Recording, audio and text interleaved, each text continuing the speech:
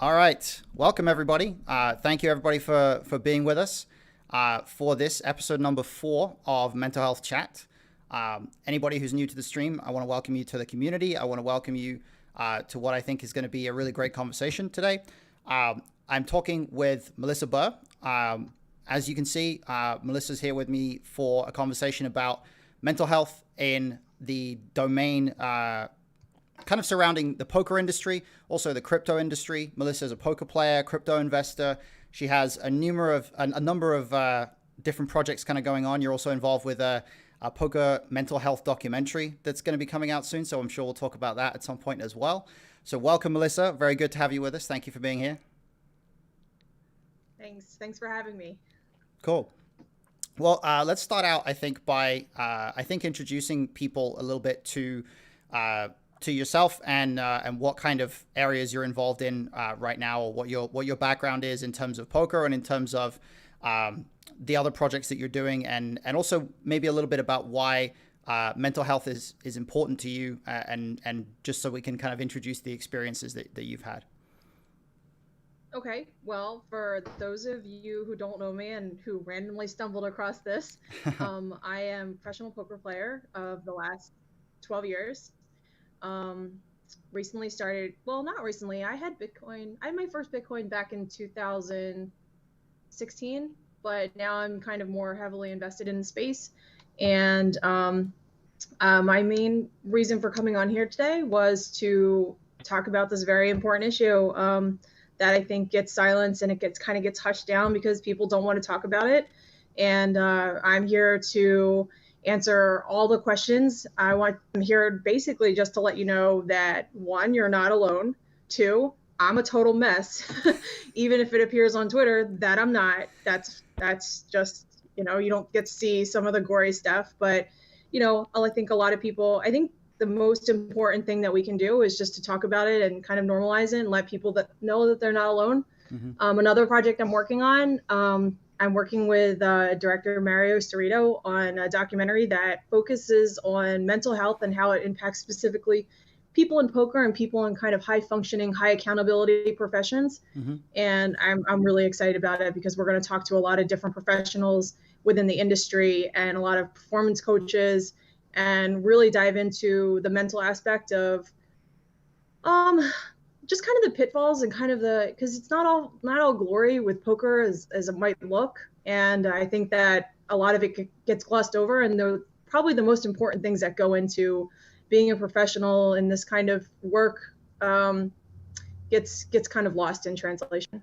Sure. Yeah, I think so. I think that certainly we can all, I think, relate to the idea that as poker players, there's a lot of ups and downs, and particularly in any kind of performance industry, there's a lot of ups and downs when you're dealing with something very competitive, when you're dealing with an area where there's wins and losses occurring. It can be a struggle, and so I think that probably a good place to start in terms of framing this whole debate, and maybe something that'll potentially get some questions going.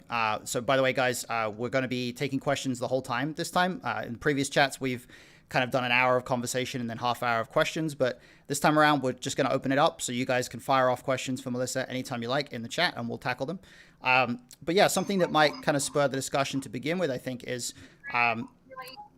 at what point did you, maybe in your career or just in your life as a whole, at what point did you start to maybe first become aware that mental health was something that you needed to maybe spend some more time focusing on? Or at what point did it become a major concern for you to the point where you wanted to start being more public about it, I guess?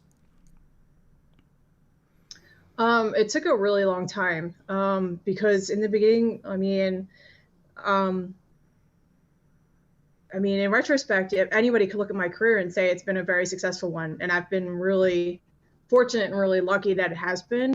So in the beginning, it's kind of hard to put your finger on why you're still sad or still upset, because you're still winning, and even so while it's happening to you, you feel kind of trapped because you don't want to talk to people because you sound like an entitled brat. You're like, oh my God, my life sucks. Like, but I just final tabled this event and this event.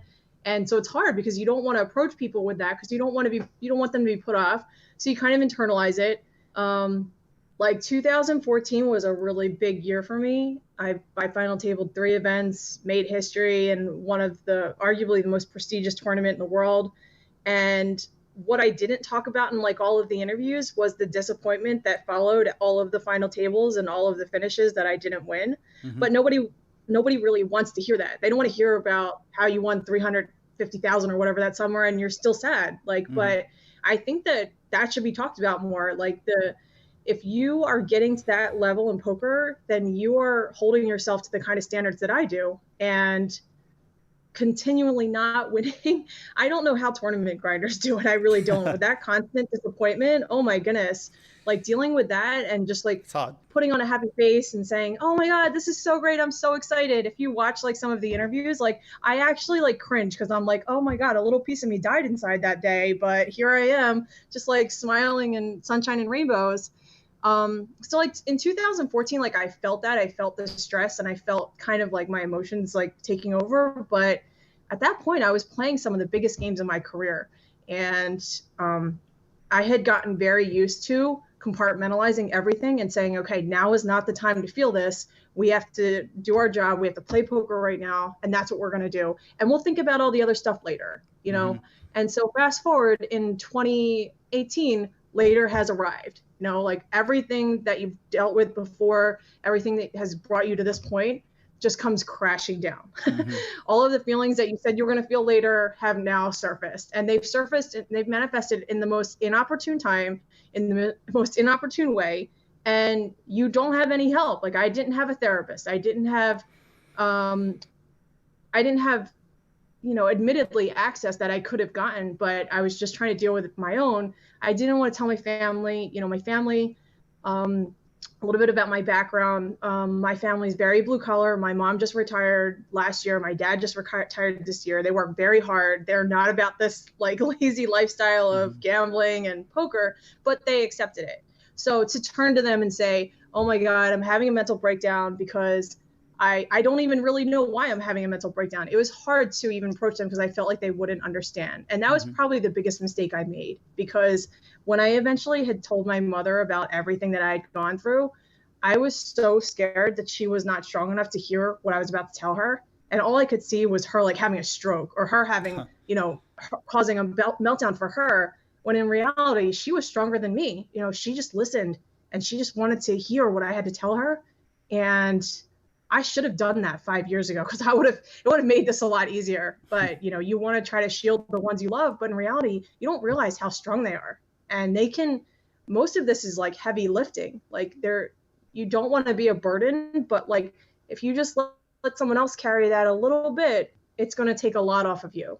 Yeah, I couldn't agree more. I think a lot of that is stuff that I really relate to, particularly that idea where you have a certain thing you're going through, and you tell yourself, because you need to perform, you need to be at your best to try to do your job. You tell yourself, I'm going to deal with that later. You know, I'm going to deal with this thing at some future time, and Yeah. then when you finally arrive at that future time, everything is piled up to a point where it might have been tolerable, or it might have been something that you could handle quite well if you had been willing to handle it at Hold the on. time. Oh, Let me just close some of it. am I losing you a little bit? I think we got some tech issues here, guys. Sorry. Yeah, sorry, my Still, computer just froze. I'm trying to load it. okay, no worries. I'm Sorry. still, for what it's worth, I'm still hearing you and seeing you. So don't think we're doing too bad Okay, here. that's good, because There's a bit of I lag. can't see it. My everything just kind of Oh wow, okay. Well, there's a bit of lag on the froze. video, but you know, I think we're still okay for now. So I guess the I'll finish the thought. Yeah, I guess that's something that I think a lot of poker players can probably relate to, because we're encouraged almost quite actively, I think, in poker to not air whatever disappointment we feel, or to not air whatever frustration or negative emotions we might be experiencing, whether it's to do with the way results are going for us, or whether it's to do with the way that we might be perceived within the community, our overall level of career success, and things like that. There are a number of different things that cause us to kind of be a bit closed up. And I think it can be quite easy to fall into that trap, like you mentioned, where you keep things bottled up for a long time and you don't share them with people because the environment kind of fosters this attitude of don't tell bad beat stories, don't tell us how disappointed you are, don't tell us how unlucky you are, and then that can actually accumulate quite a lot over time. So I'm glad to hear that. From the sounds of things, at least, it seems like you're in a better place now than you were a couple of years ago. Is that fair to say?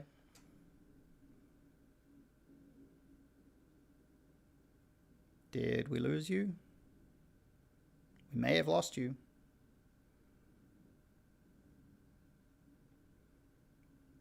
All right, guys, we might be having an unscheduled interlude here. Hopefully, you guys are still hearing me. Somebody let me know if you guys are still hearing me. Oh, I think we have Melissa back. I think I can see movement.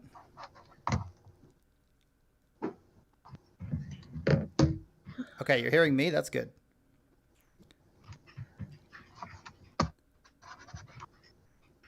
How about Melissa? You hearing me, Melissa? What bad time? Need your computer.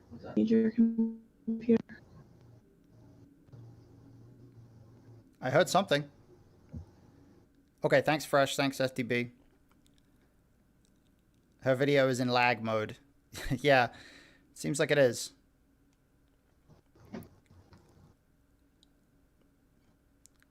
You still hearing me, Melissa?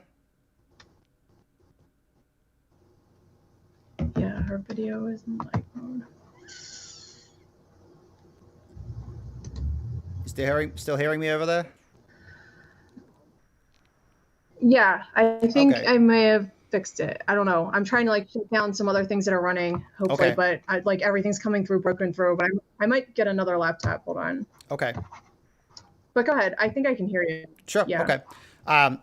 Yeah. So I think while I guess there was probably a period where you couldn't hear me, but all I was saying was that I think there's a mentality in poker around the idea of like, don't tell bad beat stories. Don't tell us how unlucky you are. Nobody wants to hear it. Nobody wants to hear the disappointment. Nobody wants to hear you express these things that you're going through because, the idea is you're supposed to treat everything with this sort of sense of balance where you're supposed to be like reacting the same to when you lose as when you win. And it's very tricky because the entire poker community is reinforcing that while at the same time you're going through something emotionally that it might be connected to the result of a certain tournament or something like that, or it might be connected to how things are going for you professionally, but it might be connected to a lot of other stuff too. So I think there's a lot of difficult aspects to being a poker pro and how it connects with our mental health.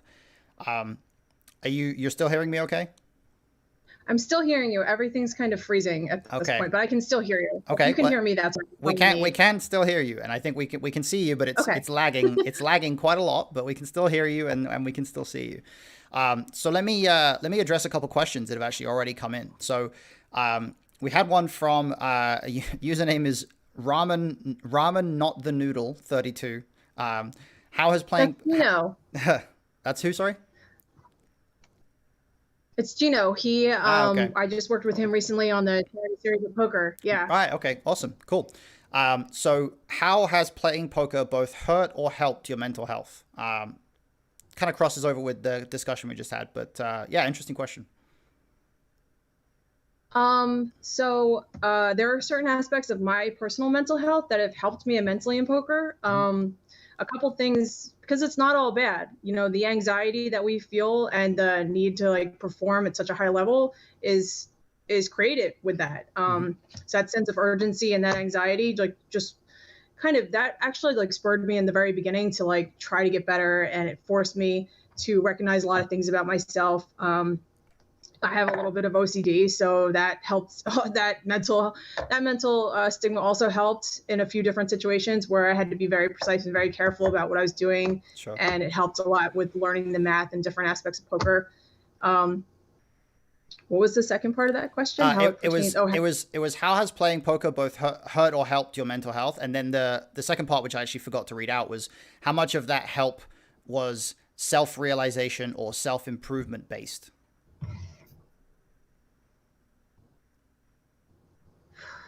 So a lot of it had to be self-realized in the beginning because I wasn't reaching out for help. I didn't want to I didn't want to get professional help because I didn't feel like I had a professional problem. I really Mm-hmm. didn't, because from all of your fears about how people are going to perceive you, you already perceive yourself. You already think that you're a burden. You already think that you're a failure. You're like, oh, how do I go to a therapist and tell him, all my problems?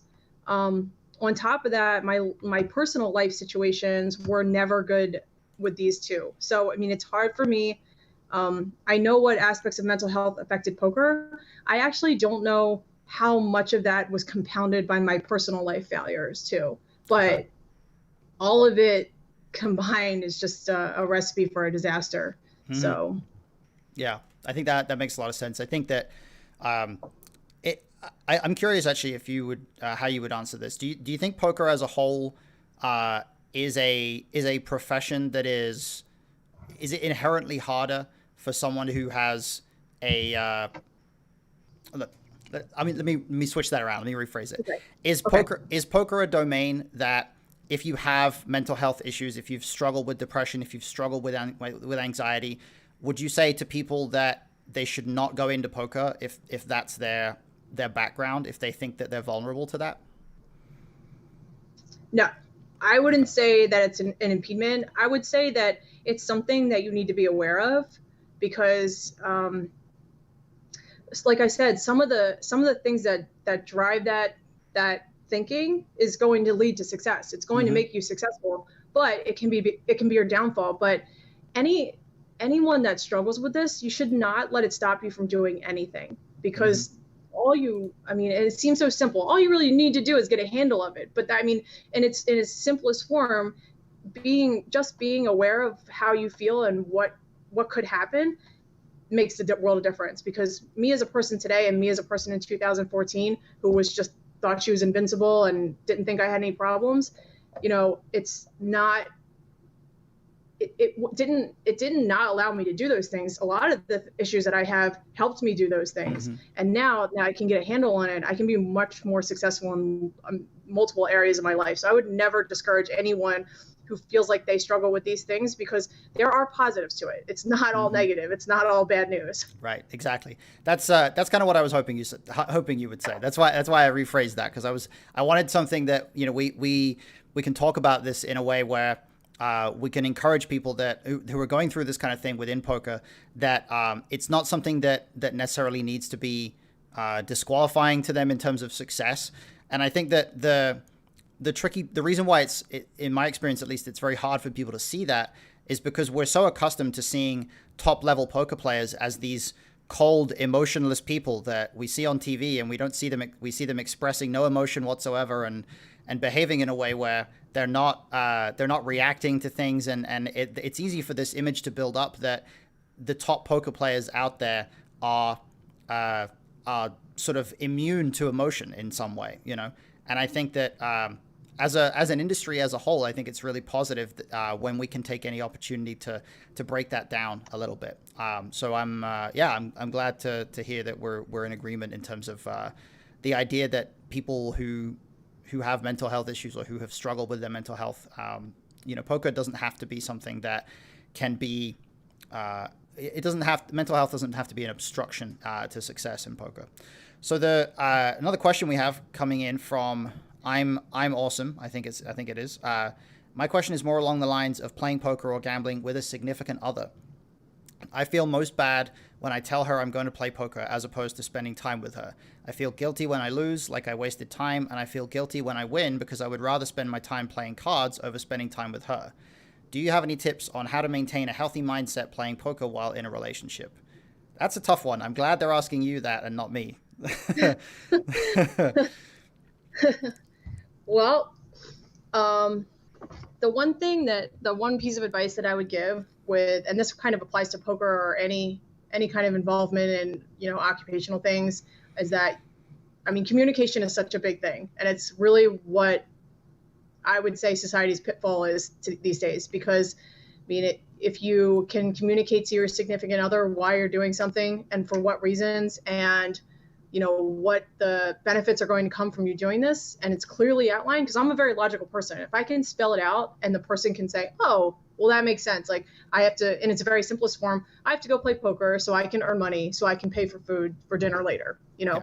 And it you know, after being it that simple, but it's not, because everyone's human. So it's like you have to kind of let that person into the world. Now, I don't have a lot of experiences because predominantly my personal life was dating poker players. And, you know, I was on the flip side where they're like, I have to go play poker. I'm like, I get it. I understand. But you have to, you know, if you're facing that kind of struggle with someone who doesn't play poker, you kind of just have to take the avenue of like providing them all the information that I would have had. You know, that's why I'm okay with it. So it's like, why are you doing this? Who are you playing with? You have to be honest with them. Like, you know, as a female, you get a lot of questions because you're playing with a lot of men. You know, you could have some, you know, jealousy issues in the forefront. But for men, the more you tell your significant other, the more comfortable they're going to be with anything. You know, it's like if you're going to go play basketball with the guys, if they know the 5 guys' names and who their wives are, they're going to be more comfortable with it. And the same goes for poker. Like, if you can give logical reasons for why you're doing something, then the person that you're with, the more you communicate that with them,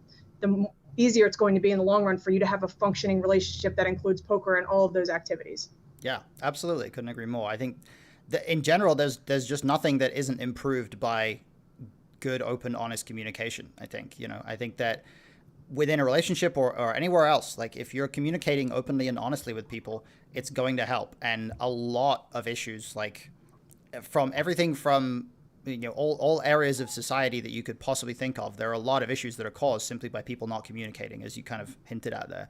And an honest conversation about these feelings and an honest conversation about how each person in the relationship is feeling about poker and what role it plays in each person's life and things like that. Regardless of which direction it goes, it's very hard for it to be a negative one when everybody's communicating more openly and more honestly. So it's probably going to be the way I would recommend going as well. So Raman also points out, my advice to that person would be, sorry, go ahead. That's okay. My advice to that person would be to not overload that person with all the information that poker has, but to gradually kind of like involve them in their results. Like when they win, they should tell them. When they lose, they should tell them. So the other person is not surprised when you get home, and they kind of just like embrace that way of life and kind of that embrace that variance with you, because then when you come home and you lose, they understand what you're going through. They understand what just happened, and they can make the whole experience better for you, especially if they're a significant other that's very supportive. Mm-hmm. Now, on the flip side of that, if they are not, that is a totally different issue. And this is all based on the premise that your significant other is a reasonable and logical person who supports you and wants to see you excel, because this will not work with a toxic person. Yes. Note to everybody out there. Yes. I mean, I think that's another one that's kind of universal, right? Like if your significant other is toxic, it's all bad. Nothing is going to go well. Like just that's not good. So yeah, we have another question from ZCat, who is one of my regulars. So welcome, Kat. She says, I think this issue comes up with any couple where one of the two has a real strong passion for something outside the relationship, right? It's my opinion. In my opinion, it's about finding a fair balance and communication, of course, too. Yeah, I think that, you know, that's obviously very applicable. Like you could replace poker with almost anything, and you could say, well, if this one person in the relationship is very set on spending a lot of time doing something specific completely outside the relationship, that, you know, there has to be an understanding there about what role each of those things is going to fill within the relationship itself. And again, that, you know, that is something that's kind of gets built by communication. So with that all said, I'm curious actually, when it comes to your relationships within the poker community, whether it's with your boyfriend or whether it's with other players or other people that you encounter in the community, how do you think that as you've become more aware of the struggles you've been going through over the years, you kind of mentioned that it was that journey of self-awareness there. How do you think that's changed your interaction with the poker community as a whole?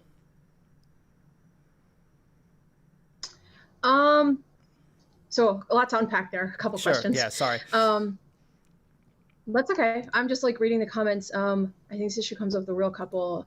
Okay, so just like with it's all communication. If you have a strong passion for something, you can't expect the other person to just know what it is or to support that blindly with no information. So, you know, and if that person, you know, really is important in your life, they're going to want to know all of those details. And you should tell them, but you should ease them in. You shouldn't be like breaking down hand histories with them. You should, you can do anything. You can talk about the personalities that you deal with. You can make it interesting in any way that they will find it interesting, and then kind of engage them and bring them into that part of your life. But alienating that person is only going to make them resent what you're actually doing, and it's going to cause a massive conflict between you two because they don't understand what you're doing and you're not taking the time to tell them. So you're both culpable. Mm-hmm. In relation to, what was the second part? I think that the lag is hurting us a little bit here, because what I was talking about was in terms of your relationship with the poker community as a whole. How has it changed over time as you've become more aware of your mental health issues? Okay, so in 2014, when everything had happened, I was not doing any of this. I did a couple interviews and I was getting a lot of attention that I wasn't used to. Mm-hmm. And I was really overwhelmed by that entire process. People asked my opinions on things. I spoke candidly, when they asked me about ladies tournament, I gave my opinion. And then I was told by like people who were within, kind of the interviewing and public relations, like, you can't say that, so I said things I probably wasn't supposed to say. So all of it was like really daunting. It actually caused me to kind of clam up, and I didn't do any interviews or anything probably until 2018. I kind of just like shut all of it out of my life and I actually just like moved away to Mexico. I just like threw everything away. I was like, no more interviews, no more this, no more that. I don't want to deal with anybody. And I kind of just like moved to a different country. Wow. Yeah. But, as I kind of got more in tune with what was happening with me, and I found like different things were leaking out on Twitter, like because I was so manic and I was taking medications and I didn't want to feel anything. So bits and pieces were leaking out on Twitter. Mm-hmm. And I realized that, I was like, you know what, this is stupid. After I started talking to therapists, I'm like, I'm just gonna steer into the skid. I'm obviously fucking nuts. Like, I'm just gonna be crazy on Twitter, and like people are gonna see how crazy I am. Like, I'm making pancakes at 1 a.m. because I'm hungry. Like, and I'm sad about this. And I just decided that it was just going to go all out to, and people could kind of run the gamut with my life. So it's hard. Sometimes it gets hard to balance on Twitter where I'm like the sarcastic, like person who's making comments about whatever to the serious person that does take this very seriously. Mm-hmm. But all of it is part of the process to, work on this within myself and then work on it more so with the community so that they can see that it's out there. Like they can, the number one thing that I want to impress upon people, a lot of people might not think I'm successful. That's fine. But I want people to know that you can be successful, you can still thrive in this environment, and you can do all this while having this go on. And the documentary that I'm working on is going to showcase a lot of people that have gone through the very same thing and that are more successful than me. Greg Merson, Mark Herm, and when people hear from people like that, they're thinking, wow, this person won the main event and they still are working on this every day. Mm. And hopefully at the end of this, there's never going to be an end to it, but hopefully in time, people will gradually be okay with how they feel, and they'll be okay to reach out to get help. And you're going to see hopefully a decline in suicide or alienation or self-isolation from people like us in the industry who will gravitate more towards that behavior. Yeah. I think that it sounds like that documentary is coming at exactly the right time, really, I guess, in that I think with everything that's gone on this year as a whole with the pandemic and the way that it's affected poker and things, I don't know if you've gotten the same sense, but I've sort of felt like the community has become more disconnected and a bit more fractured and a bit more antagonistic towards each other over the course of this year, with so many things going on that cause us to feel a bit maybe threatened for the future of poker as to which way is it going when we can't play live very much and things like that. So I think it sounds like that documentary is exactly what we need. Yeah, I think that a lot of people are struggling, but almost the root of all problems can come from uncertainty, mm-hmm. because we don't know what's going to happen with poker and people are panicking. You're talking about professionals that have been not in the workforce. They don't have resumes. They're panicked. They don't know what's going to happen. So it's like your options are to play on, unregulated sites that you may lose money on. You can play in worse games that are legal. You can try to get into private home games, but like all of these options are not as good as it is to just walk into the casino, sit down and play, mm-hmm. leave and go home and live your life. So like all of this is pent up about uncertainty. I don't know what's happening with COVID. I don't know what's going to happen with poker. If something does happen to poker, what's going to happen to me? Like, do I have to get a job? And some of these professionals do not have any job experience. They don't have, they don't have the kind of the life skills to kind of go out in the wild and have to make it outside of poker. So the only thing, my advice for that would be to, you don't have to go look for jobs, but you should have a plan. And the more things that you plan for, the less anxiety that you have. Like, I have list on list on list of things I need to do. So if your end goal is like, oh my God, what's going to happen after poker? But you have various plans in line. If that happens, you're going to feel so much better now. You're going to play better now. You're going to play better going into it. And you're going to be okay on the other side. And that's really important. Knowing that you're going to be okay coming out on the other side is what kind of propels a lot of my anxiety. So I have to put it down on paper, and then I have to see, like, with my eyes, okay, well, if this happens, I'll do this. And I have a lot of different plans in place. And I think people just need that. Yeah, a little bit more. I couldn't agree more. Again, something that's helped me a ton with the anxiety that I've felt over the years is to understand that working your way out of anxiety, or working your way through anxiety, isn't about convincing yourself that the bad thing that you're afraid of is not going to happen. It's about convincing yourself that even if that bad thing happens, you're still going to be okay, right?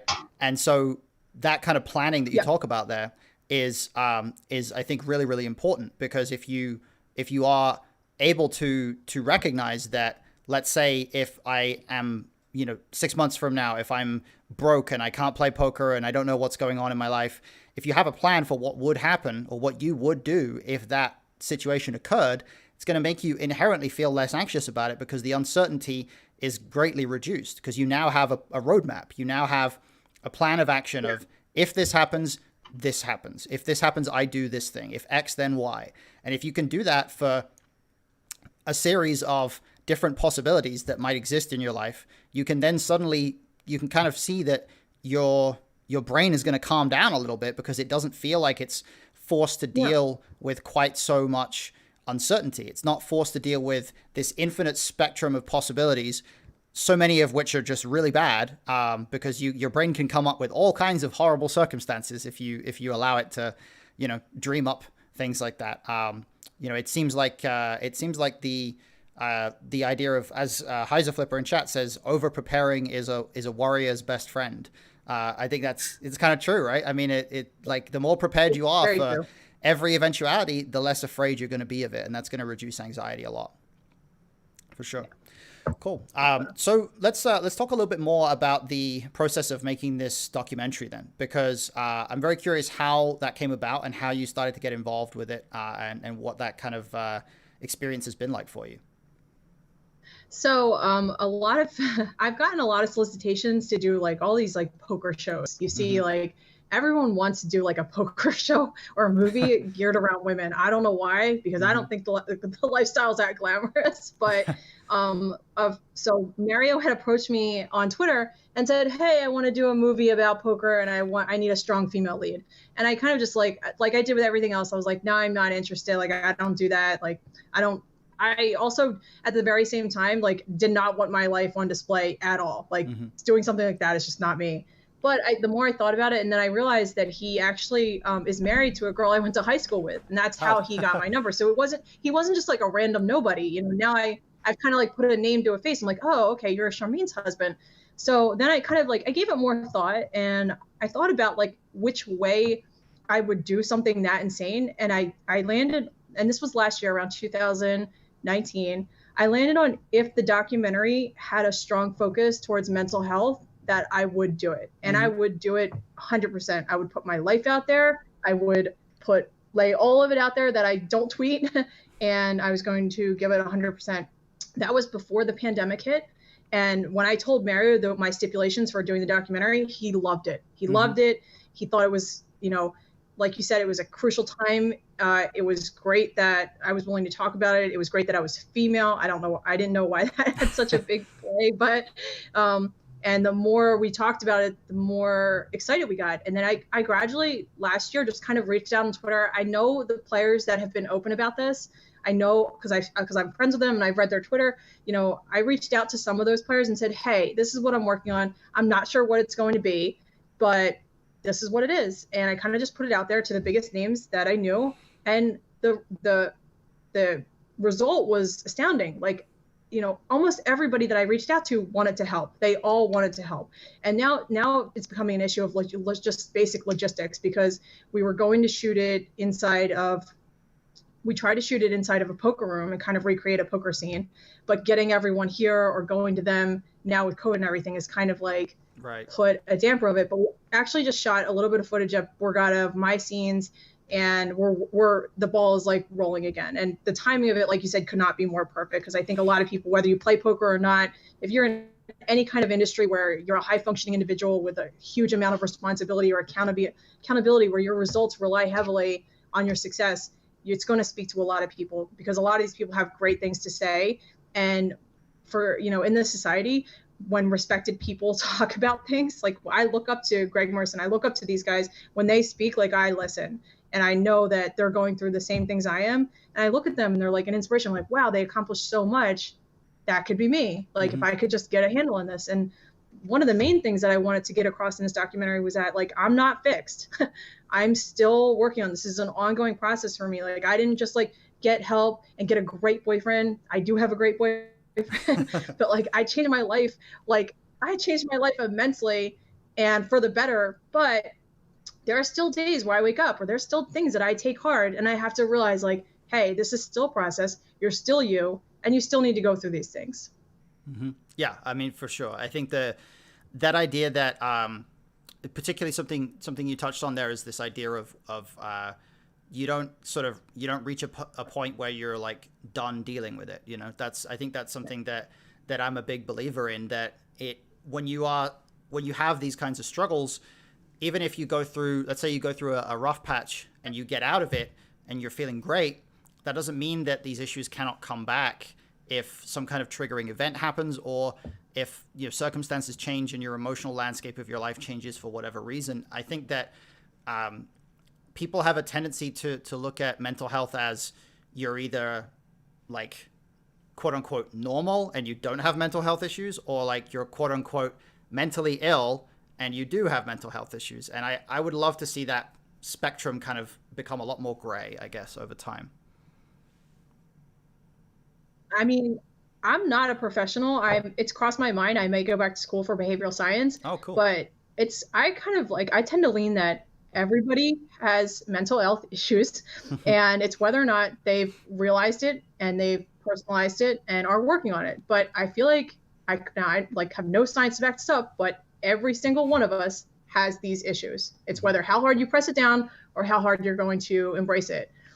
But I feel really good about poker players and crypto people. If they understand what they're dealing with, they're overachievers. Like, they're not gonna like just let the ball roll on that one because they thought it was fixed. No, they're gonna constantly work at it. Just like poker, they're gonna constantly try to get to the end game, even though there might not be one. They're always going to be aware of what's possible and what can happen to them going forward if they backburner this and if they let it fall to the wayside. So I'm very optimistic for these individuals to continue on that journey going forward. Awesome. After. That's great to hear. Yeah. I'm curious about one thing as well, actually. Since you're someone who operates in the poker domain and the crypto domain, both very performance orientated, both very, as you say, process orientated, we're always looking to try to improve. How do you balance out the desire to constantly improve on a professional level with the desire to be self-accepting and understanding towards yourself on an individual level? Do you have anything specific that you do to try to keep an eye on both those things? I'm sorry. So you kind of broke up there. Sorry. Just like, that's okay. How do you balance the need to be constantly improving as a professional in your craft and what you're doing with the need to be self-accepting and self-understanding when it comes to your mental health? So I get overwhelmed really easily. So, when I have something that I have to do, like I'm a procrastinator, I'll just put it off. But really the best way to deal with these things is to understand what you have to do and the things that go into that and take them one at a time. Mm-hmm. Like, being overwhelmed is like the number one catalyst to make everything worse, because you just like spin out. You're like, oh my God, I'm not doing anything. Forget it. Fuck it. I'm just not doing anything. Yeah. But like, I'm serious. Like, the littlest task that you can cross off will just like feel so much better. So you have to just take things in very little stages and understand that everything is connected. You cannot just like ignore the fact that that's there. You can't just ignore that that is coming up. Like you have to accept it and then make a plan and then try step by step to try to do it. But there are times like no one's perfect. Like I have thrown the whole night away and just like, you know what? I'm just going to eat edibles and watch TV because I don't feel like doing anything. And sometimes you need to do that. Like, and that's okay. That's okay. It's okay to blow everything off because sometimes you just have to do that. And like, just all of it is just like accepting this about yourself. Like, I know that about myself. I know that I procrastinate. I know that I have to just start over and do this. And the more that you learn about yourself and the more forward that you can go, because until you can realize that about yourself, nobody can fix that for you. So a lot of this is like self-awareness, and working with a therapist will help you to do that. Like my therapist asked me tons of questions that I didn't want to answer, but I'm like, I'm in therapy and I'm paying this guy, so I might as well be honest and then just tell him everything. And then from there, he made me see what I was ignoring. You know, he was letting me see the accountability, the things that I was just like turning a blind eye to. And that's what therapy does. Like, and my advice there would be to like search out different people and find out who you're most comfortable with, because these people are paid professionals and they don't really gain anything except they're going to get your copay or whatever it is, whether they sit with you or not. So you want to find someone that wants to help you, that wants to see you succeed, that has an ingrained interest in seeing that. And I got lucky. I hit it on my first try. I'm always lucky like that. But other people, I would encourage them to just find the right person, make sure you're comfortable with them, and then don't cheat yourself. If you're going to pay to go to therapy, don't hold back. Tell them everything. Tell them the good, the bad, the ugly. You know, they're not your family. They're not judging you. They've heard worse, trust me. And the minute that you can actually just succumb and tell them everything and make an agreement with yourself and them that you're going to be honest, that's immediately when help starts. Because breaking that first barrier and saying these things out loud, saying these horrible things you've thought about yourself, or saying these horrible things that have happened, when you tell that to another person, all of a sudden that goes away, you know, and it's nothing's fixed, but that pressure just kind of subsides. And that person, as long as you trust them and they're professional, will help you work through every single aspect at the pace that you want to go. And it's very vital to find the right person to go on that journey with. Yeah, I'm again couldn't agree more. Yeah, you should have your own mental health podcast. You're very good at passing on this advice in that kind of way that I think really allows people to see what the benefit is there. Certainly for me, when it comes to therapy experiences, the one tricky thing over time has been finding therapists that are. I think I've worked with maybe 5 different therapists in maybe the last 8 years or so. And I've had one here in Vegas that I go to maybe two or 3 years now. That's great. But I think that with poker specifically, it's a little bit of a challenge to find therapists that are open in terms of allowing you to kind of take the time to sit there and explain to them why your career really is different to most careers, you know? Because I think there's maybe a desire for everybody to think that, oh, my career is different. You know, my career is so outside the norm. But I think with poker, you have to kind of take the time to make sure that your therapist does understand that it is so challenging in ways that other careers are not, because it messes with our understanding of control, what we control and what we don't, you know? Yeah. And I think that as a poker player, you kind of have to be extra vigilant when you're approaching a therapist, just to make sure that they're open to working with someone who is in a career that, you know, takes a while to understand. And so that commitment of maybe even taking a few sessions as opposed to just one session to decide whether or not a therapist is right for you, from my perspective, that's something that's important as well. I don't know if you'd agree with that. It's you're making an excellent point. I forgot how many sessions we went over actually going over what poker was for me and like my environment and my results and how it impacted me, until he understood, you know, because it's one thing to tell someone that you're a doctor and they're like, oh, okay, you deal with patients. And I'm like, oh, I'm a poker player. They're like, what do you deal with? I'm like, you don't want to know. Right. Like, have you ever like? So I 100% agree. They need to be on board. Have you ever told a bad beat story in a therapy session? Like, have you ever like actually told your therapist about a hand you lost or something like that? I No, I just tell him like, I tell him like these cataclysmic events that have happened in my life. Sometimes they Okay. involve hands, most of the time they involve people, but I Okay. don't break it down for him for super stud. I don't really quite understand all the nuances of super stud, so I don't think he would. Oh, okay. Yeah, fair enough. I just wondered whether like that some with the, I mean, you play much higher stakes than I do, right? So like I would wondered whether sometimes it's just too much and you have to tell someone a bad beat story and your therapist ends up Oh, getting the I short mean, end of the stick. I'm going to touch on that too. I mean, I break balls all the time on Twitter about like nobody wants to hear what you folded, like nobody wants to hear bad beats, but like you need that outlet. You Like do, yeah. That's the you have thing. to. Like I'm not impervious to that. Like I mean, my like number one skill in poker is that I'm in tune in the moment, and I try to forget what happened in the past in that moment. Like I don't want to spend extra energy trying to figure out how the last hand got fucked up because there's Hmm. nothing that I can do to change that hand. Later, I can think about what I can do to improve it. But at that moment, the only thing that can happen is something negative. When I'm reflecting back on that hand, that moment, I can only a couple things can happen. I can fuck up the next hand.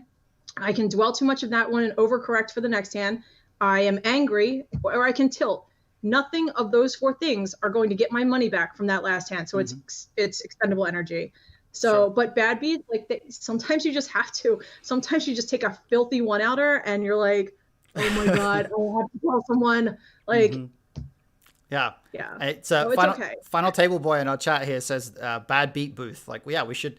There should be a bad beat booth at the World Series. There should be a place where you can go and just it like a confession booth in church or something, right? Like there should be a bad beat booth where you can just go and get something off your chest, and maybe they can hire someone to sit there and listen to you. Who knows? Fuck, they probably need like an I need a hug booth. I walked out Yeah. of that tournament area like, fuck, man, I just need a hug. I need someone to tell me they love me. My God, I hate myself. And the funny thing is like at the poker table is like the last place you're gonna find that, right? It's like the one I place know. the one place you're not gonna find somebody to be like, it's okay, come here, it's Yeah. all good, yeah. So the poker table is it can be Yeah, you're not like you can't like I could tell my mom. My mom's the cutest individual on the earth. Like I got I think I got like 35th in like my first WPT ever, and Mhm. she's like, "You did so good." I'm like, "Oh my God, I just broke even." Like, My wife is but like like that. she's so Mhm. supportive.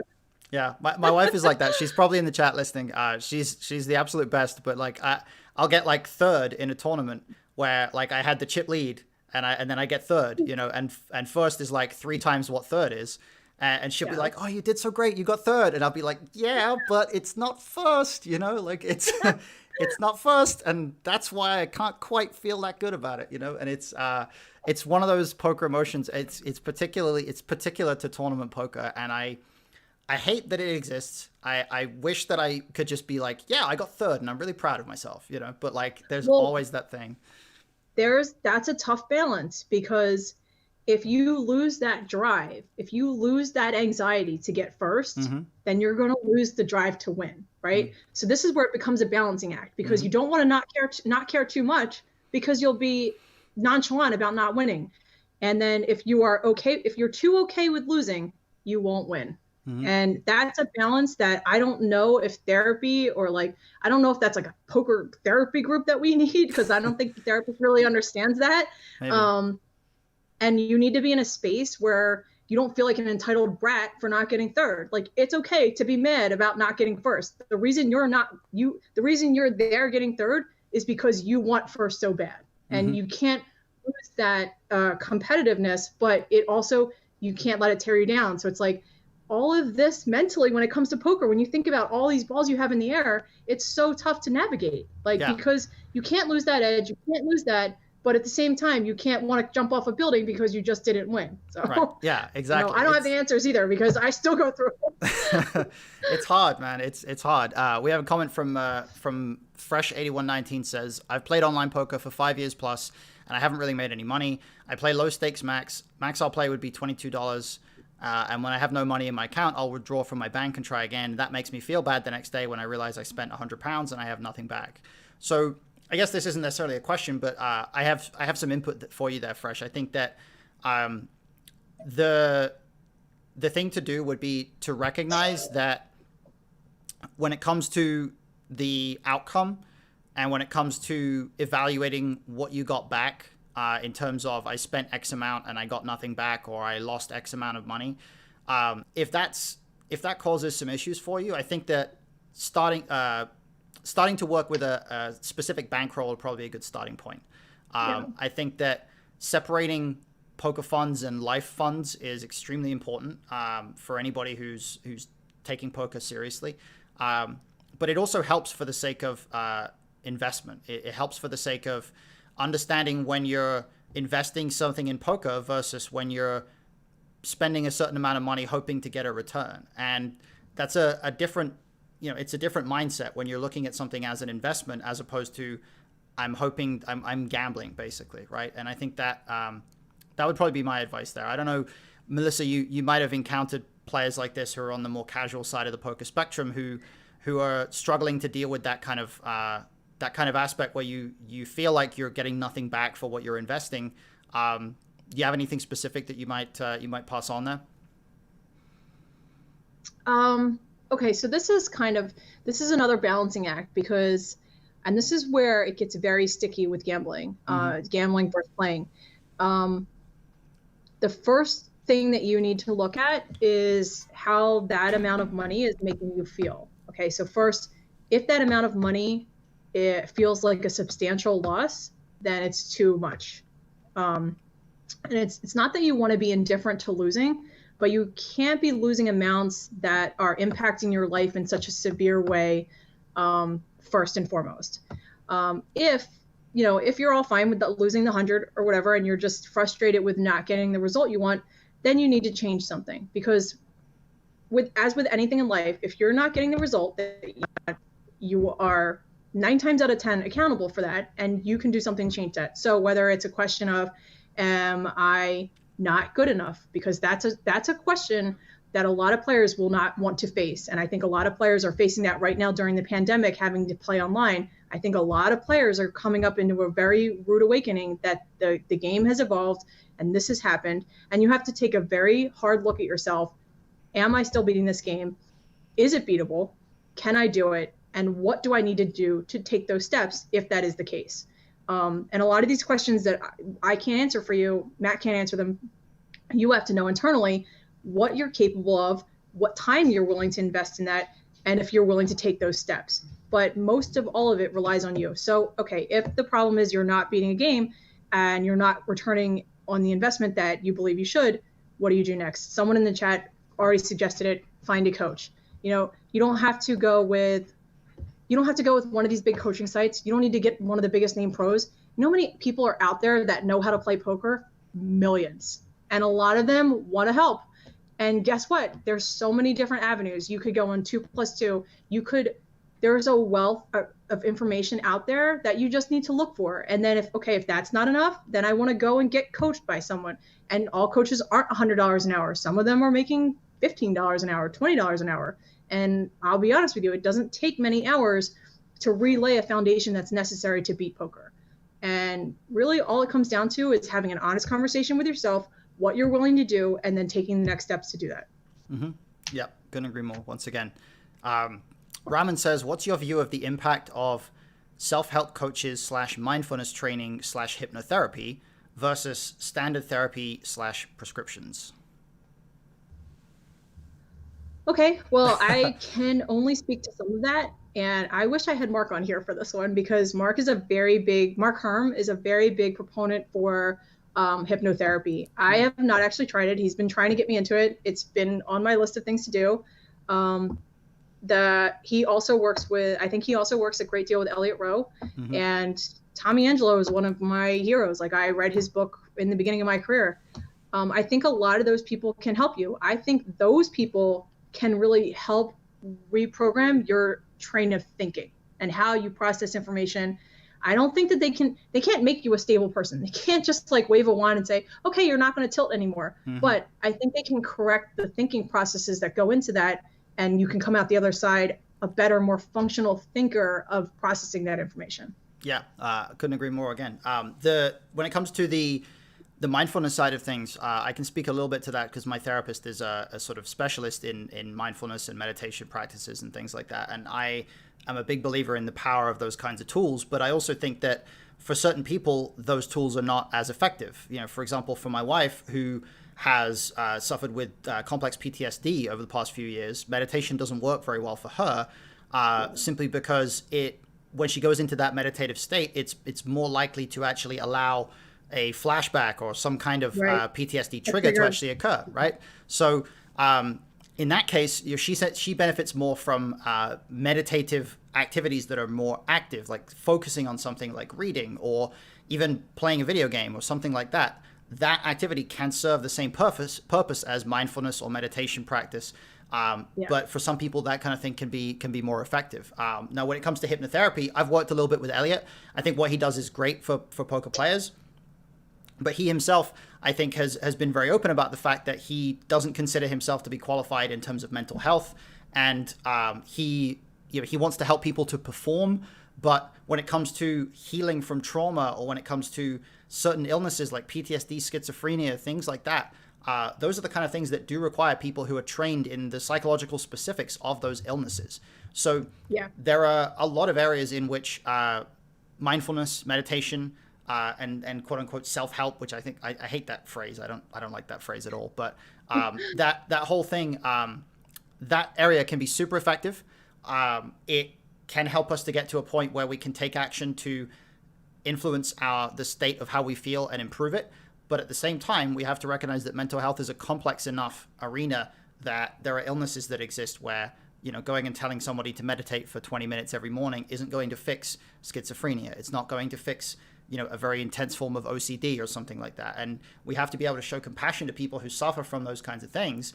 And we have to create an environment in which they can become, you know, they can overcome those illnesses through getting the support that they need, as opposed to being kind of left on their own and left with this this sort of self-improvement philosophy that says, well, you figure it out yourself, you know, because the nature of some of those illnesses is that the person who's within that illness, you know, the illness makes it very, very difficult for them to, you know, figure it out themselves, so to speak, you know. So for me, I think that the balance between those areas needs to be struck. And for each person, there's a different balance that's appropriate.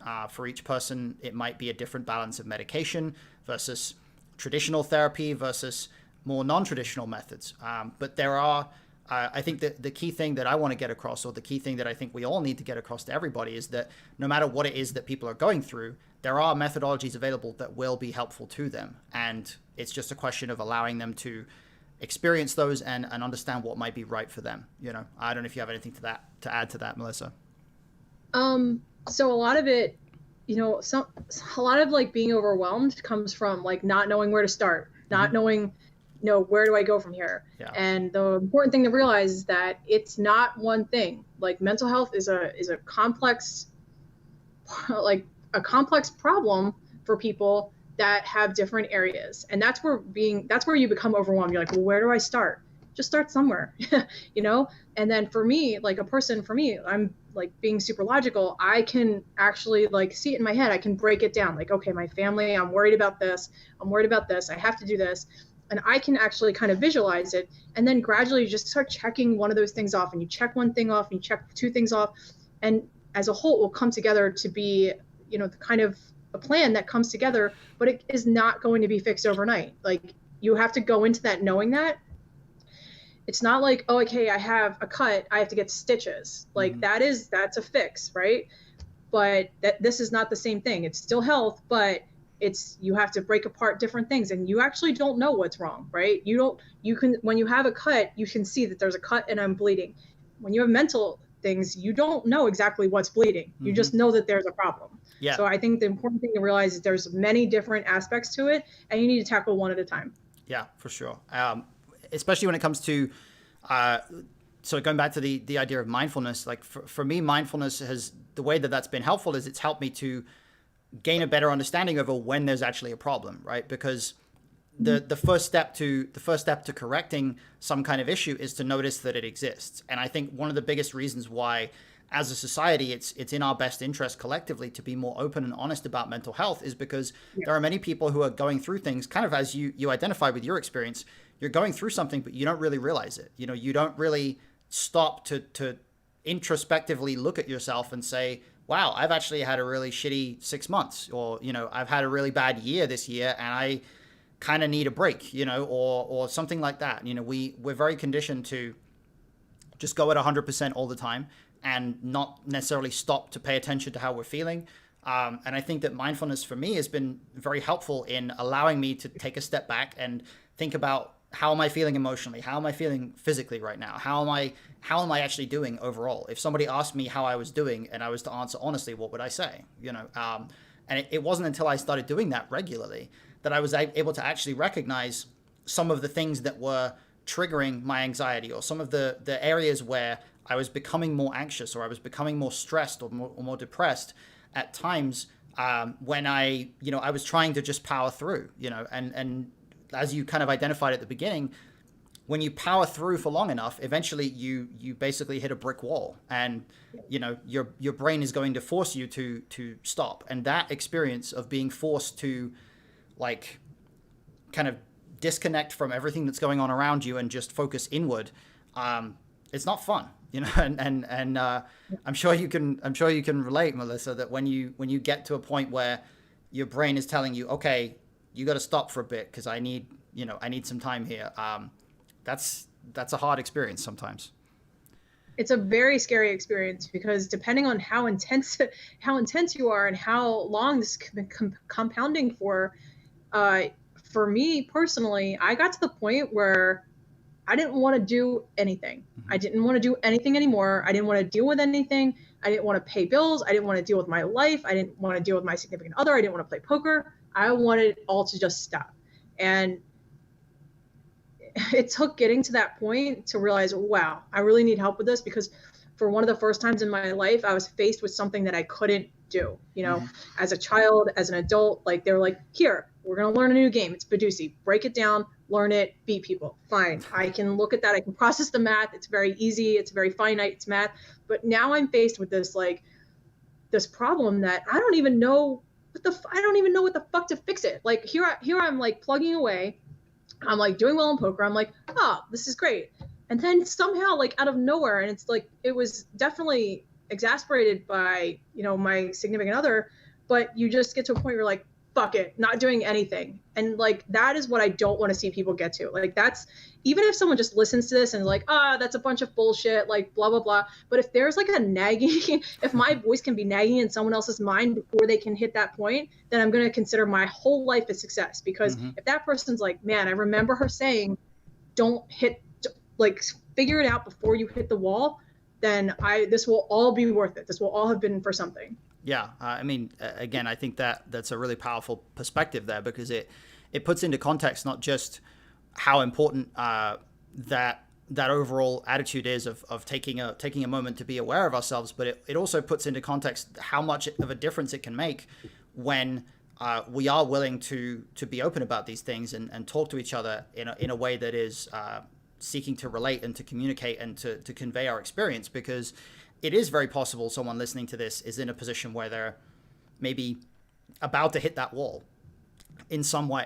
And it is very possible that when they hear you saying this stuff, they could think, wow, I should take a break, and that could make a profound difference in someone's life. And this is really one of the reasons why I'm interested in hosting this kind of conversation and putting these kinds of ideas out there, because if we collectively can do this for each other in a way that can allow us to feel like when we're going through something, we're not alone. As you mentioned at the very beginning, the most important thing is to feel like you're not the only one going through what you're going through, or you're not the only one who's been through what you're going through. When we create that environment where people don't feel like they're alone, it literally saves lives. It literally stops people from harming themselves in ways that that can have a knock-on effect into families and in all kinds of areas. So for anybody out there who might be, unsure of to what extent does it really make an impact when we share these kinds of things, you'd be surprised how much of a difference it can make. Just somebody taking the time to share just day to day, even just sharing with your friends day to day what your experience has been or how you're feeling or how you're doing in a way that's very genuine and is not just this kind of like, yeah, I'm doing fine, kind of like brushing it off sort of thing. I don't want to talk about how I'm actually doing, that type of thing. Just sharing with people in that way can be extremely powerful.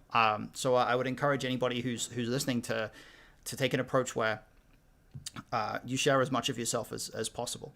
Now, there's something that something came up earlier, Melissa, that you mentioned, which I thought was kind of interesting. You mentioned that there was a lot of demand from the media side for women in poker to be forefronted in that kind of way. Do you feel like there are specific challenges that you've faced mental health wise when it comes to the way that the poker industry treats women or has approached women? Do you think there's a specific challenge to that?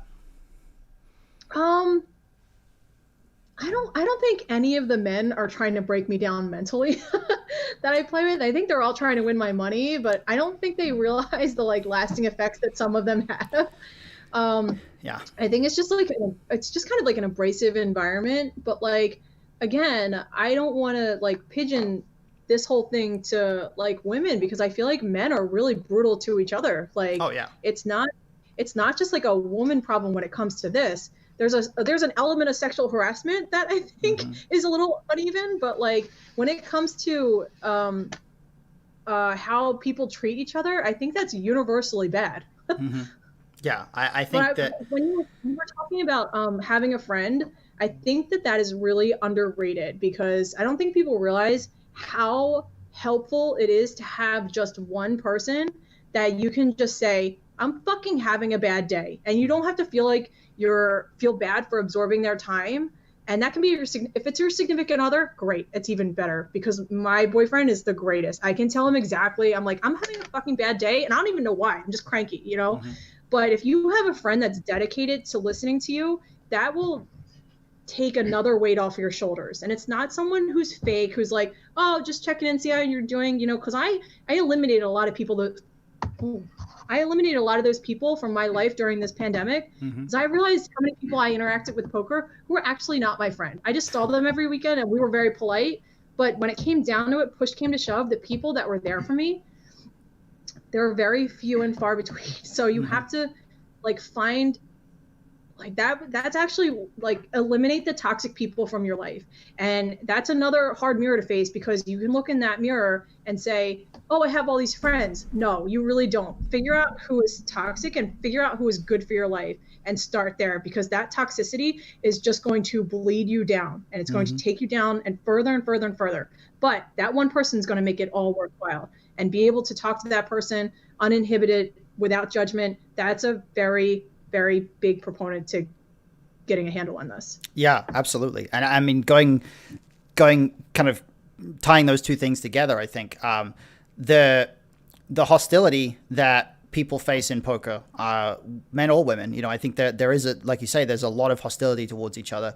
I think that that kind of it in many ways goes hand in hand with this idea that it is quite hard to create genuine friendships or to find people in poker that are more than just these acquaintances that you see regularly that you kind of talk to because you have stuff in common because you're both playing poker, but really like how much does each of you really care about the other?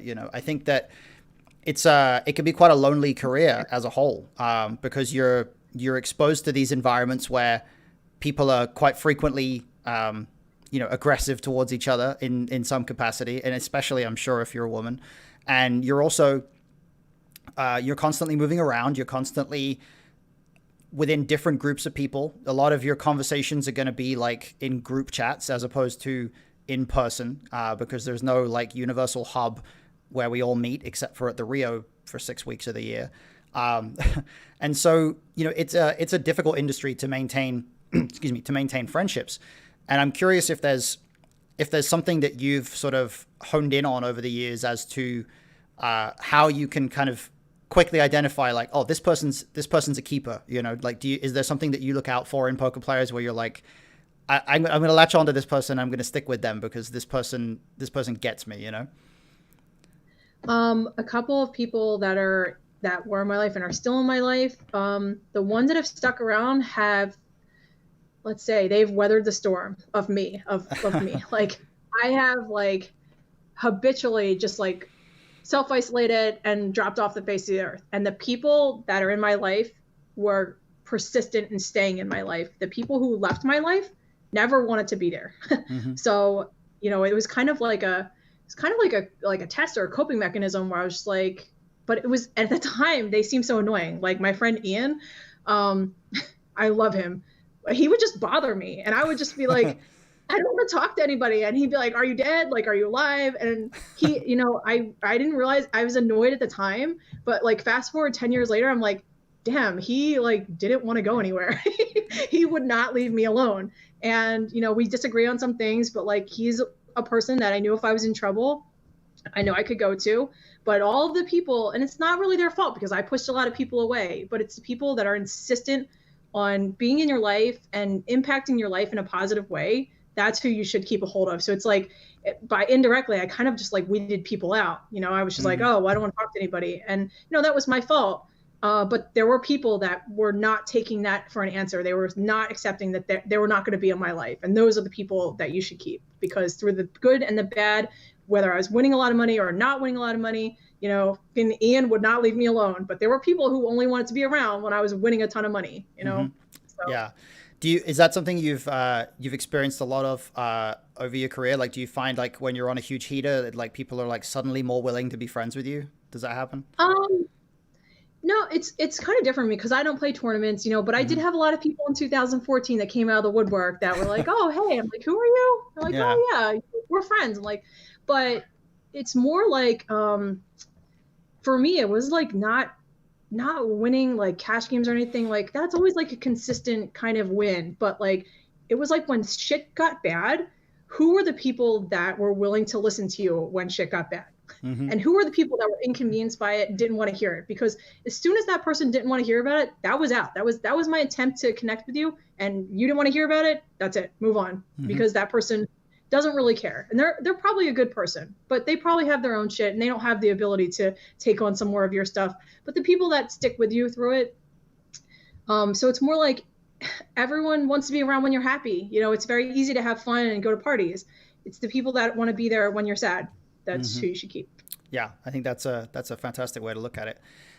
So we had one other comment from Raman in the chat who said, "My father, who's now 59, has always said if you have one real friend, real in capitals, consider yourself lucky." I think I could get behind that. I think if these days, especially in the age of Twitter and the age of Facebook and all these things, where we struggle to identify when friendships are quote unquote genuine and when they're not. I think that it can be hard to figure out which people in your life actually mean something to you. But like you say, there's ways that you can figure that out. But there's also, I think the sort of gratitude approach where once you get to a point in life where you feel like you have people around you in some capacity that you trust and people that are willing to look out for you. I think that Raman identifies this as well. He mentioned people always look for more friends rather than real friends. I think that like we sort of are conditioned a bit now to look at, trying to expand our Facebook friends list, expand our list of followers or whatever. And it can be easy to lose track of the reality that human beings are only really built to have a certain number of important people in their lives. I think I've heard it said somewhere that we're only capable of maintaining something like 150 personal relationships, something like that. Like we're not capable of like having that level of emotional attachment to more people than that. I'm not sure if that's true, but like I think that it's certainly interesting as someone who you spend a lot of time on Twitter, as someone who has a certain Twitter following. I think 4 times as much of a Twitter following as I do, at least. So, I feel like you're qualified to talk about this. How much of a role do you think that social media has played as a whole in either helping us to be more connected or less connected from each other? Like, what do you feel like the impact has been for you, at least? So I think that there's merit to both. I think that there are drawbacks to social media. I think there's a ton of negative things, like in terms of judgment and standards and things like that. I don't think enough people talk about the positives of it, because there are, there are. I have made, friendships.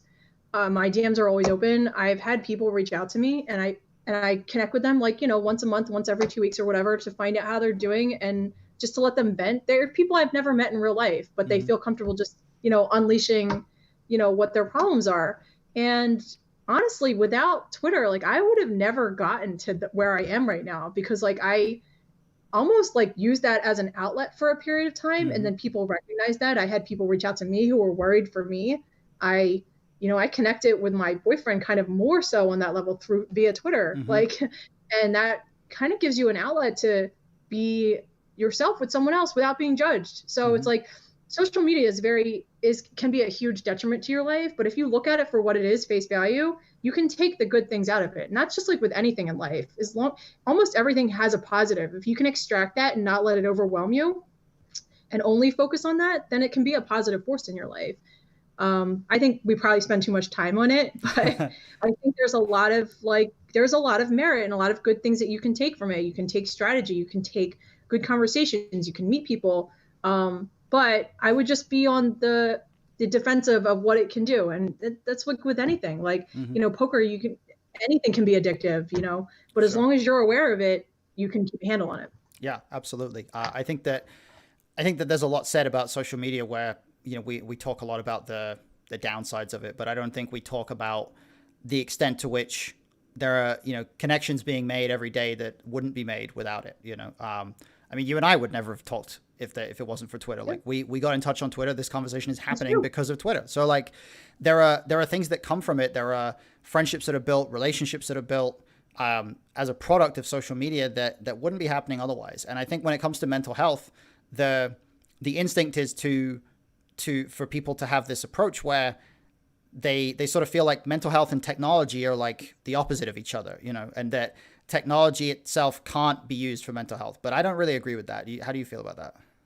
I mean, I don't think people give social media sometimes the credit it deserves, but if you really break it down and you think about this pandemic and what we had to do to interact with our loved ones during this, and this all stemmed from technology. If this pandemic hit, years before Twitter, social media, Zoom, duo calls, like you would have seen, I mean, you're already going to see a huge spike in suicides, but like this happened before you could have human interaction with your family without being able to touch them.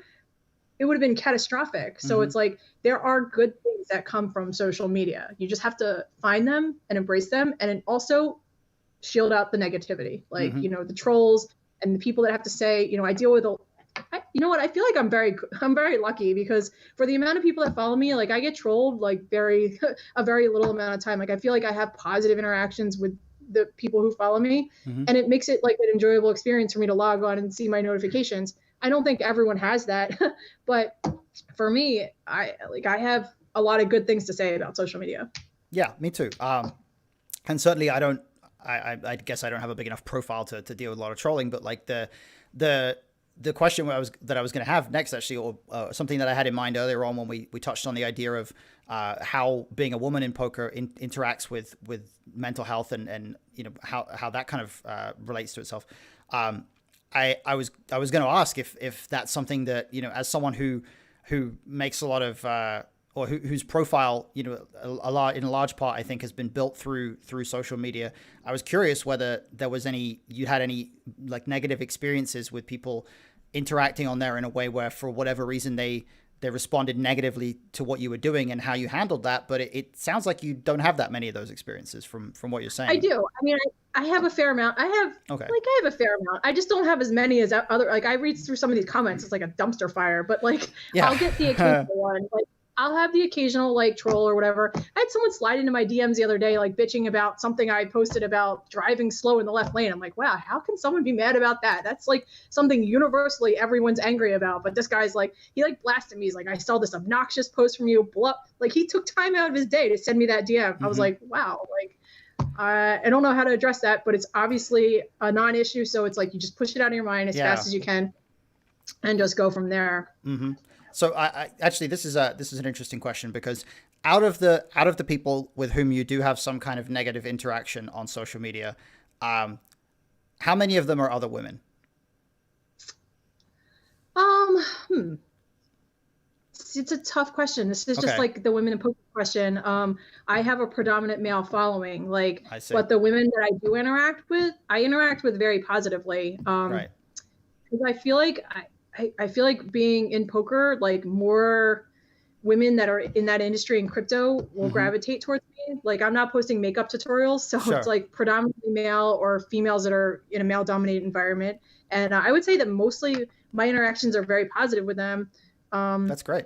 where I'll have some animosity is probably like my feelings on ladies tournaments, but Okay. all of the interactions are very like professional. I don't know whether that's a woman thing or if it's just like the woman that I'm specifically targeting. Okay, because my hypothesis was going to be that there's an interaction there between the the experiences that a lot of women are subjected to at the poker table and then the experiences that women in poker tend to have on social media. Because I've seen people on social media responding to a lot of the women in poker, people like Veronica, people like I'm trying to think of other names that I've seen here. People like Liv Burr. There are other women in poker who when you see something they post on social media and you see the comments of that, I'm like, the comments on a random guy's posts don't look this way. I'm like, I like it's amazing the fundamental difference in the comment sections between the whatever percentage of the poker community that is female versus men. So yeah, I wonder long term, like let's say there were to be some kind of shift in the demographic of people who are involved in poker. I think that I would hope that at least getting more women involved in the game would make the at the table environment a little bit more hospitable for everybody. Because I think earlier on, I mean, you were right. Like men are not particularly nice to each other at the poker table, or really anywhere. But like, Yeah. especially at the poker table, like how often do we see two guys just yelling at each other? How often do we see guys almost coming to blows over some stupid hand of poker? And I don't think I have ever one time at a poker table seen two women yelling at each other over a hand. I don't think I've seen it. Well, I think that like women get more passionate about certain things. I mean, like I'm very passionate about like I don't want to lose. I'm very Mhm. competitive, but um to speak to what you're saying about the comment section, just like take the comment section and then kind of like shrink it down and then put it into like 9 players at a table. And Yeah. that's kind of like what women face every day. Like it's a fucking nightmare. Like Mhm. I deal with different adversity than other women would at like a random 2-5 table. Like I play with the same guys I've known for like 10 years and they're just like so inappropriate. I mean, they're just hilariously inappropriate. But at this point it's like an ongoing meme. Like I'm just like, okay, you're being a creepy old white guy. Like I can say that to them. I'm like, stop being creepy. Like Mhm.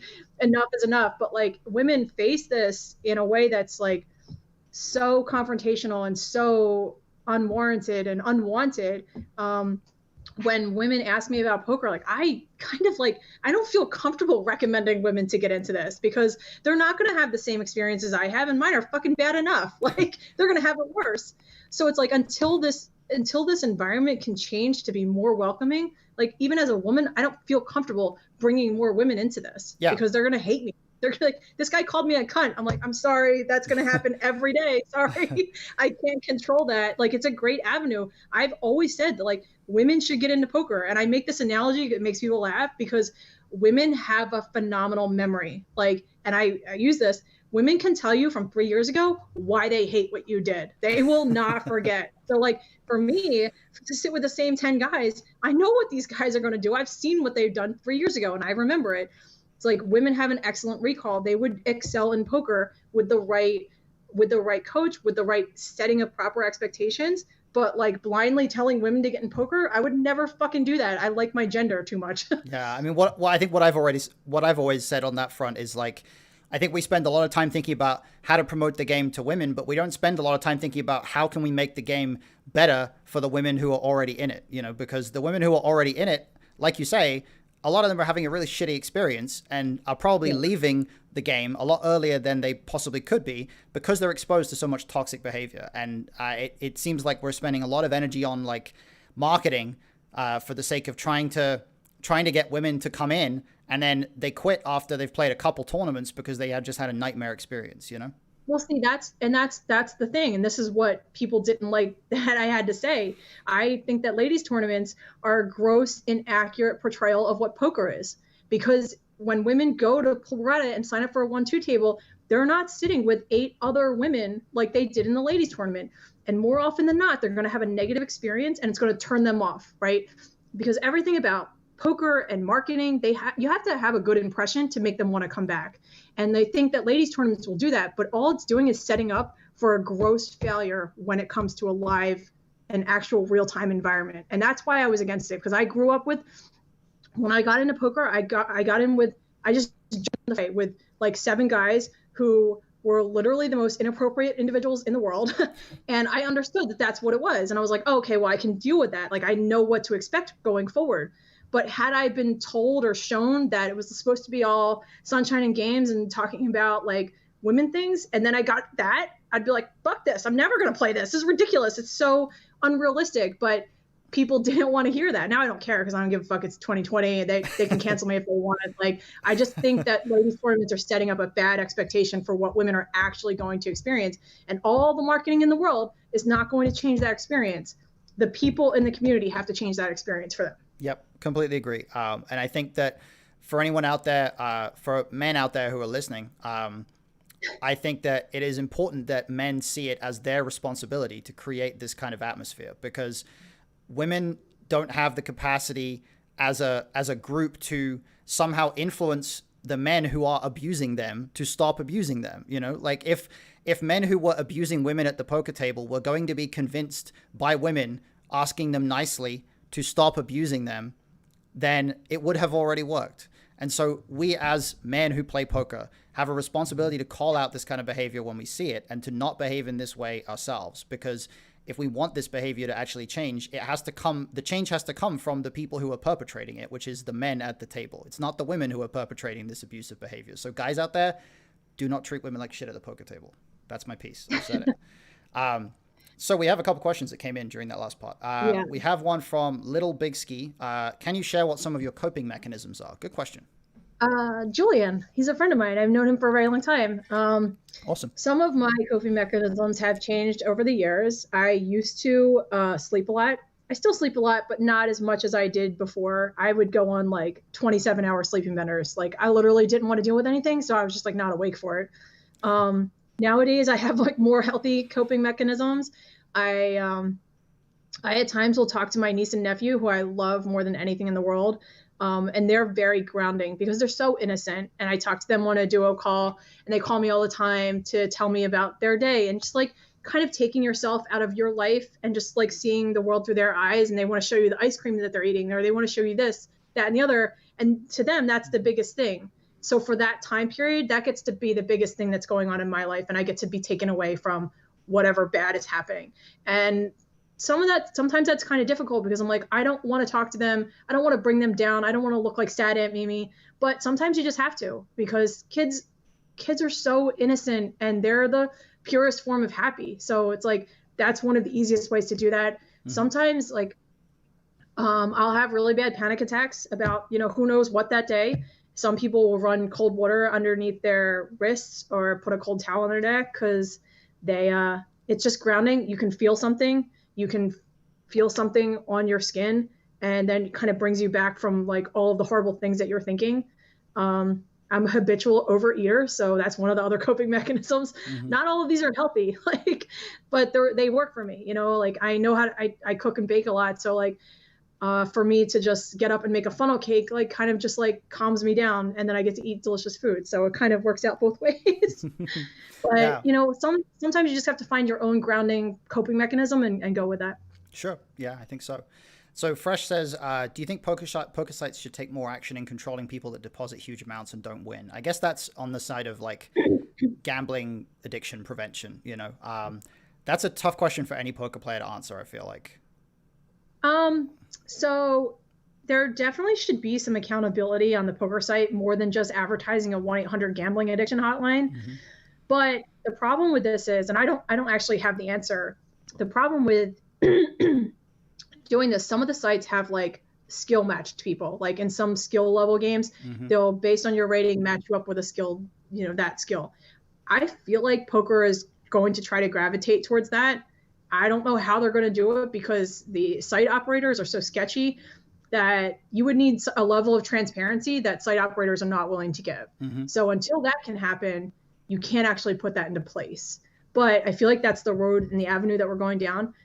At the end of the day, I don't think that anyone should have the right to tell you that you can and can't gamble. Like that's just a freedom that would just be exploitive to the site. I don't know that they would be able to police it correctly.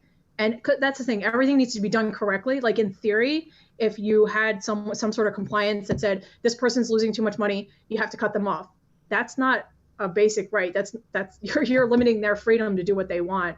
So it's a very fine line. I mean, I've struggled with this because it's a predatory environment. I've seen these guys lose so much money. It got to the point where some people, I was just like, man, I just want to help them so they don't lose as much, like so that they can actually enjoy the experience at least. Because for some people, poker's like blackjack. Like they're like, oh, well, I'm going to lose $500 anyway. I get to talk to 8 other people and have fun. And so like my job as a business, I feel like, is to make that experience enjoyable for them. And sometimes it's just so miserable for them. I feel like telling them like, you shouldn't play, but you can't do that. I can't tell a grown ass man who's a doctor, like, hey, you should stop playing because you're tilting and I don't know how this is going to negatively impact your life later. And I don't want to see you trying to jump out of a window or Borgata later. Like I can't say that to someone. I can say that to my friend, but I can't say that to anyone who's just randomly tilting. I don't know how you can police that. That's like it's like a long arm of the law that I'm not sure that I would like to involve and get poker involved with. Yeah, it's a hard question. I think the trickiest part of it for me is the idea that we play a zero-sum game, and if you look at data that that sort of breaks down the online poker environment in particular and shows where is the bulk of the money coming from that people are losing, and where is the money from in the poker economy going, and things like that. Like there's a lot of data that suggests that a lot of the actual money that is generated by winning poker players, like a huge chunk of it, is basically from the 20%, the bottom 20% of the player pool that just deposits a lot and loses a lot. Now, the tricky part about that is that a lot of these people might be people who just make a lot of money and like playing poker recreationally and don't care that they're dumping this money. But then a lot of those people might be people who can't afford to be dumping this money and probably for the sake of their own well-being probably shouldn't be. But we have absolutely no methodology available to us to determine the difference between those two things. If someone has lost $100,000 playing online poker, we don't have any methodology available to know, can this person afford that or not? And so the only thing that we really have available to us to prevent people from falling into gambling addiction is the availability of like things that they can do if they themselves feel like they're starting to succumb to addiction. But even then, that's a really hard process because when you're in the middle of addiction, by nature, you don't really recognize that you're in the middle of addiction. So it's a self-perpetuating thing where, like, as you say, there isn't really an answer because the sites themselves could do certain things that might help, but we don't know. The people themselves, the players themselves could do certain things that might help, and we don't know. Governments maybe could do certain things, but we don't know how effective that would be either. So, like, we have no solution. And in a zero-sum game, I think one of the hardest things about it is you don't want to be profiting from somebody else's suffering. Like none of us really want to be in that position, but we all have to, as poker players, I guess, arrive at a point where we make peace with the fact that we can't really know. Let's say when, some guy buys into a tournament and punts off to us on the first hand, we can't know if the $1,500 he spent to get into that tournament were $1,500 that he could afford to lose or not. And if we try to burden ourselves with the idea of like trying to figure out if we're doing something morally acceptable or not, that's a huge weight for anyone to carry. And I think this is one of the things that makes poker difficult for a lot of people emotionally, because not everybody enjoys being in a zero-sum environment, and that's okay. But at the same time, when we're within that environment, we're kind of forced to take an approach of, if somebody is subjecting themselves to this environment, if somebody is putting down money to play, that's their choice. And none of us individually can, excuse me, can do much other than allow them to make that choice and respond to it in the way that we have available to us, I suppose. I think there are some things that you can do. I don't think that there's any one thing that one of us could do to impact the entire community.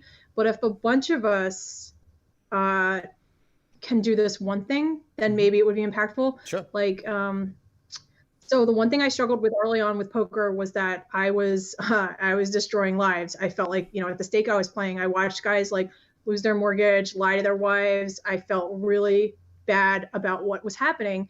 And I kind of struggled with that because my nature is not to hurt people. It's not to destroy lives.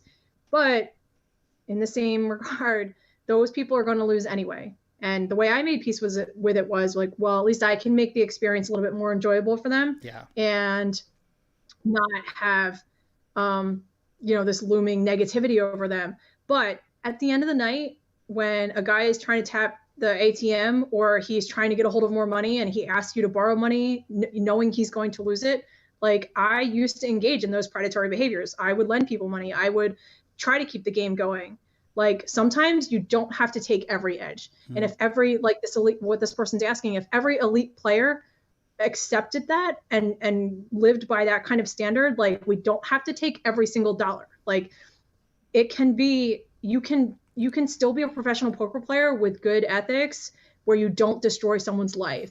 And it's like, so if I break the game at 5 a.m. when it could have gone overnight and other people do that, then maybe collectively we can have a behavior that's a little bit more protective of that. But it takes like, an individual commitment from multiple people. I'm not sure that everyone's going to do that, but a little piece of that will help every time. If you're not trying to just like go for the throat, like I'm very competitive, but you still have to retain a certain level of humanity when you're dealing with this, because you're still dealing with a large sum of money and you're dealing with people's feelings and their lives.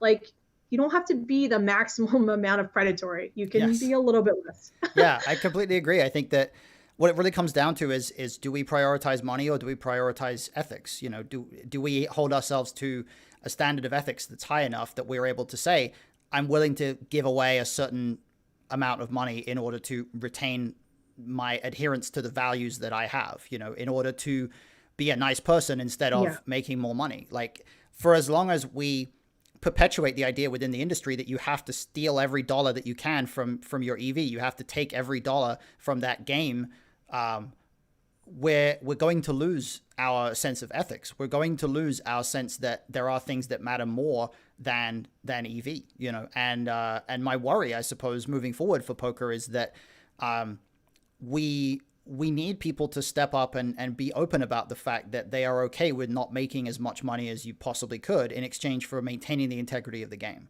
And while people do that from time to time, shout out to some of the guys that I work with at Solve for YTV. Matt Burke is very open about this, that he thinks that EV hunting and edge seeking is one of the most dangerous things that impacts the game in a negative way. If we continue down this road where this becomes the norm, we end up at a point where the game just isn't fun for anybody anymore, and the game isn't something that people can participate in and feel like they are doing something that is just a harmless pursuit, maybe in their free time. People suddenly feel like they're being preyed upon. And when people feel like they're being preyed upon, they're much less likely to come back and play again. And that's a bad sign for the game. So I'm certainly in agreement when it comes to, the sort of approach that we have to take in order to safeguard people's well-being, I suppose. And with any luck, that should have positive mental health impacts as well, I would think, just to allow ourselves to feel good about it. Positive impacts on both sides. Like both sides, you're going to feel better about it. They're going to feel better about it. And like, you can only, what is it saying? Skin a sheep once, but you can shear it multiple times. Like that's a whole adage, but if you bust these guys and they have no way to make money, then you can't win money. Like if you decimate your player pool, then you're not going to have one. And I'm like, this ongoing argument about what your responsibility is as a player, as a professional, like I'm not going to be the one that tells pros, like, you have to do this, you have to talk at the table, you have to do this. But if you want the longevity of the game to run out the length of your career, these are some things that need to get implemented fast by each and every one of us, or else there's not going to be an environment, or else it's going to be left like chess, where just the best players survive and there is no game of chance. Like when you have this as a profession, you embrace everything about it. You embrace the variance, you embrace the winning and the losing, because the losing allows you to have a career. And it's hard to remember that when you're actually losing, but that's a good way to cope with that. Like without that river card being able to change that one that one result, we are able to have professions in this arena. So yeah, absolutely. like I said, I'm not going to preach to people what they should do, but it's something that you're going to have to make peace with or find a different career in the long run. Yeah, for sure. So I think we've got some chat going back and forth, but I don't see too much in the way of actual questions there. So I feel like I think we're coming to a point where we've covered most of what I wanted to get through, which is great. I want to kind of end on a more of a, I want to end on a positive note. I try to end on a positive note every time. So if you had one piece of advice for everybody in terms of anybody who might be struggling right now, anybody who might be going through depression, anxiety, any other kind of mental health issues, what would you like to convey from your own story that might give people reason to be optimistic, people who are struggling, how to uplift them a little bit? So I would say that I was at my absolute lowest last year. Like this is a very new revelation for me, and it's a very new project for me. And if you asked me last year where I would be today, I would have heavily bet against that I would be happy in a very healthy relationship, playing not a lot of poker. My life took a turn for the absolute best back in February of this year. Like I tweeted, I feel so fucking bad sometimes. Like I'm doing so well in 2020 and everyone else is struggling that like I actually feel bad about it. But my message to everyone would be like, if you want to be happy, you need to find out how to do that. And as simple as that sounds, I know it's not that simple, but it is. If this makes you unhappy, cut it from your life. If this person makes you unhappy, cut it from your life. If poker makes you unhappy, cut it from your life. And then introduce things that make you happy to your life. Introduce good people, like put yourself out there. But at the very simplistic form, find out what makes you happy, get rid of what doesn't. And it's very possible, because I would have never thought that I would be doing a podcast about mental health and that people would want to hear what I have to say. Last year I was a fucking mess. I was on all kinds of Xanax. I was like on all kinds of like ways to cope with this, all kinds of medications. And in reality, there's not like one thing that you can do to fix it. You have to realize that you have to do multiple things. No one's going to fix it for you. And first and foremost, you have to realize that one, you have a problem, and two, you have to fix it. And then you go from there. Sure. That sounds great. It's funny. We're in the same boat, because I never would have thought a year ago that I'd be hosting a podcast about mental health. So, we're all in new territory here, I guess, in this crazy year that we're living through. One more thing from Final Table Boy. He asks, when will the documentary come out? Oh, okay. Some people have asked, I did see a couple questions about that. We're still in the process of shooting it. We kind of got delayed with the pandemic.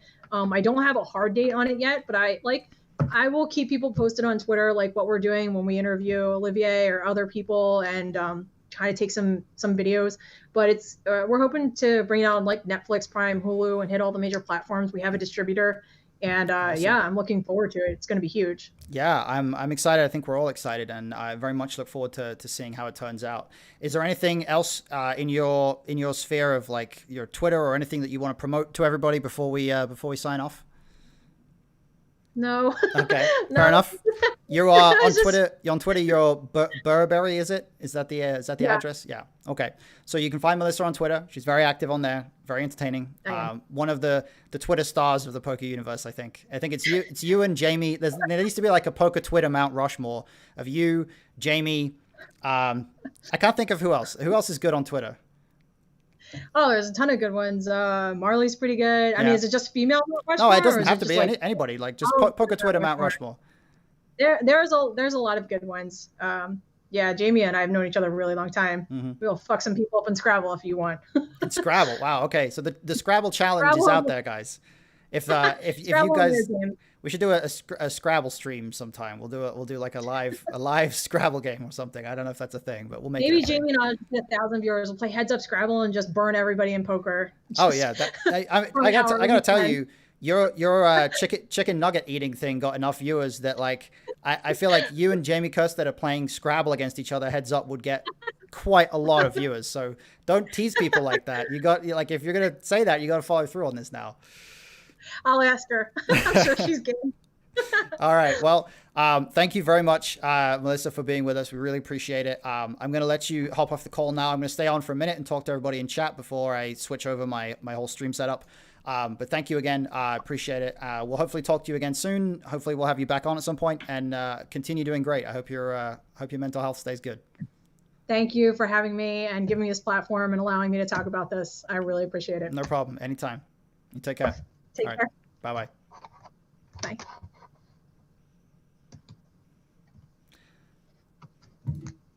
Okay, guys. I think Melissa's still here. I'm gonna wait for her to hop off the call fully. But yeah, I'm gonna keep the Zoom up for a minute, guys, because I know you you don't necessarily want me to just kind of immediately drop off here. But if I shut down, what's going to happen here is if I shut down the Zoom, Streamlabs is going to struggle with my webcam. So I'm going to keep it up for a minute. Thank you everybody for being here. Thank you obviously to Melissa. There was a great chat. I think it was our longest one so far, but a lot of great stuff to talk about. I apologize for the technical issues earlier on in the stream. I think we handled it okay. I think we got through it. But what we're going to do now, I'm going to take a quick 5-minute break or so, and we're going to come back in a bit, and I'm going to be playing some more of the game that I was playing the other day, which is The Last of Us. So I'm very excited for this. I love this game. Very scary horror game. One of the best games of all time. Amazing story, amazing narrative. I'm sure you guys, if you haven't seen it before, you're going to love this game. So I'm going to hop off. I'm going to take that 5-10 minutes, hopefully closer to 5. I tend to take way too long on these breaks, but I'm hoping 5 minutes. And I'll be back soon, and we'll dive into some gameplay. So thank you, everybody. Stick with me, and I'll see you in just a minute.